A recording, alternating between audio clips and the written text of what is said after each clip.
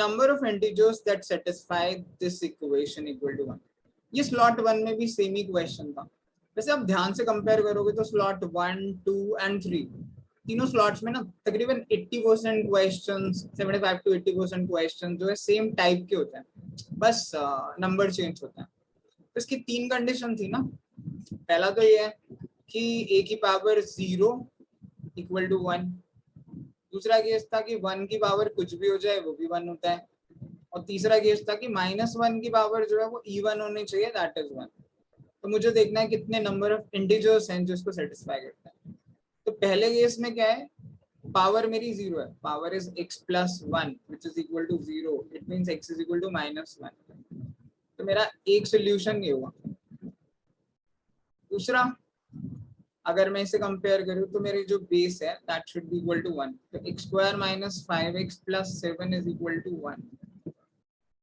अगर आप इस 1 को इधर ले जाओगे तो it will be x square minus 5x plus 6 is equal to 0.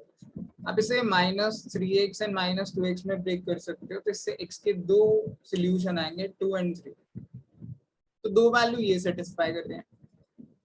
अब अगर इवन वाला ट्राई करूं तो I can write x square minus 5x plus 7 is equal to -1. अगर -1 को आप इधर ले जाओगे तो x square minus 5x plus 8 is equal to 0. ना इसके फैक्टर्स पॉसिबल नहीं है. इस -5x को ऐसे आप ब्रेक ही नहीं कर सकते दो नंबर्स में जिसका प्रोडक्ट 8 हो जाए. तो यहाँ से मुझे कोई इंटीजर सॉल्यूशंस नहीं मिलेंगे. तो कितने इंटीजर हुए, दो ये हुए, एक ये हुआ. So answer should be option number C, यानी हमारे पास 3 इंटीजर सॉल्यूशंस हैं. ये भी एक इजी क्वेश्चन है, इट्स अ स्टैंडर्ड क्वेश्चन. इस तरीके के क्वेश्चंस की प्रैक्टिस करिए. रिसेंटली कैट इस तरीके के क्वेश्चंस काफी पूछ रहा है. वीडियो को दोबारा देखिए and then you can understand it very well. Slot 1 का भी सिमिलर क्वेश्चन आप दोबारा से जाके करिए तो आपको अच्छे से ये क्वेश्चन समझ आ जाएंगे.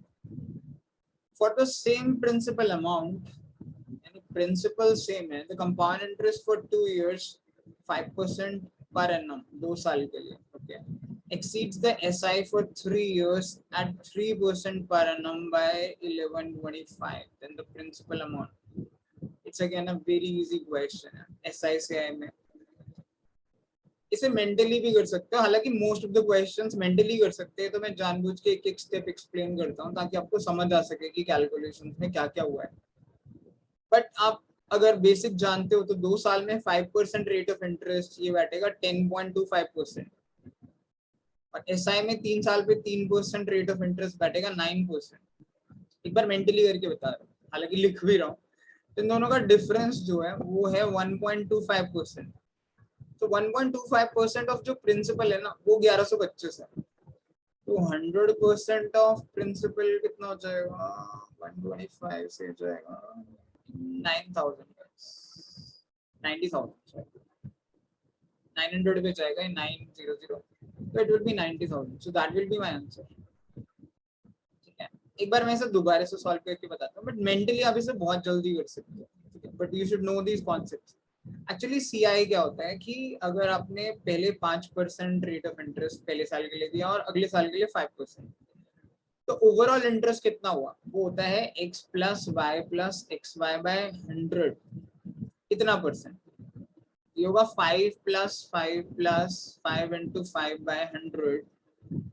इफेक्टिवली 2 साल में जो इंटरेस्ट लगेगा वो बनेगा 10.25%. 10.25% बनेगा सीआई पे 2 साल का ब्याज. और एसआई में क्या होता है, ये सीआई है मेरा, यस है. एसआई में क्या होता है, हर साल सेम ही इंटरेस्ट रहता है और same he rate of interest रहता है और सेम ही सिंपल इंटरेस्ट भी आता है. तो 3% पहले साल, 3% दूसरे साल और 3% तीसरे साल. तो टोटल 9% रेट ऑफ इंटरेस्ट हुआ. बिकॉज ये जो पैसे में डिफरेंस आ रहा है, मतलब ये जो सीआई माइनस एसआई में डिफरेंस आ रहा है ना 1125, ये इस रेट ऑफ इंटरेस्ट की वजह से ही तो आ रहा है.